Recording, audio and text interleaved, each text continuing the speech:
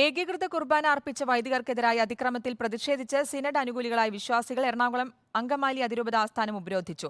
സഭാവിരുദ്ധ നിലപാട് എടുക്കുന്നവർക്കെതിരെ നടപടി വേണമെന്നാവശ്യപ്പെട്ടായിരുന്നു പ്രതിഷേധം.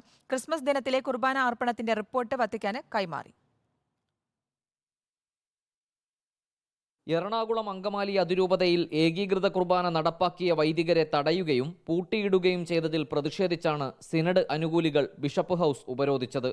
ഏകീകൃത കുർബാന തടസ്സപ്പെടുത്താൻ ഒരു വിഭാഗം വൈദികരുടെ പിന്തുണയിൽ ആസൂത്രിത ശ്രമങ്ങൾ നടക്കുന്നുണ്ടെന്നും സിനഡ് കുർബാന തടസ്സപ്പെടുത്തുന്നവരെ സഭയിൽ നിന്ന് പുറത്താക്കണമെന്നും പ്രതിഷേധക്കാർ ആവശ്യപ്പെട്ടു.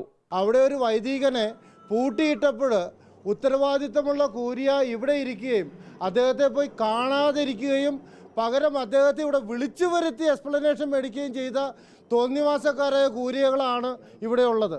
ഇതൊക്കെ തീർത്തും തെറ്റായ നടപടികളാണ്. അദ്ദേഹത്തിനെതിരെ കലാപം സൃഷ്ടിച്ച വൈദികരെയും അവരെ ഇളക്കിവിട്ട വൈദികരെയും അവർക്ക് ഒത്താശ ചെയ്തു കൊടുത്ത കൈക്കാരന്മാർക്കെതിരെയും കൃത്യമായ നടപടികൾ വേണമെന്ന് തന്നെയാണ് ഞങ്ങൾ ഇപ്പോൾ ആവശ്യപ്പെട്ടിട്ടുള്ളത്. ക്രിസ്മസ് മുതൽ അതിരൂപതയിൽ ഏകീകൃത കുർബാന അർപ്പിക്കണമെന്ന് മാർപ്പാപ്പയുടെ നിർദ്ദേശമുണ്ടായിരുന്നു. മുഴുവൻ പള്ളികളിലും നടന്ന കുർബാനയുടെ വിശദാംശങ്ങൾ അപ്പോസ്തോലിക് അഡ്മിനിസ്ട്രേറ്റർ രേഖാമൂലം ശേഖരിച്ചിരുന്നു. ഈ റിപ്പോർട്ട് വത്തിക്കാനിലേക്ക് അയച്ചു. പ്രതിഷേധക്കാരുടെ ആവശ്യങ്ങൾ apostolic administrator Mar Bosco Puthur archbishop Cyril വാസിലിന്റെ മുന്നിൽ ധരിപ്പിക്കും എന്ന ഉറപ്പിൽ പ്രതിഷേധം താൽക്കാലികമായി അവസാനിപ്പിച്ചു. Reporter Ali Akbar Shah, in reporter, Kochi.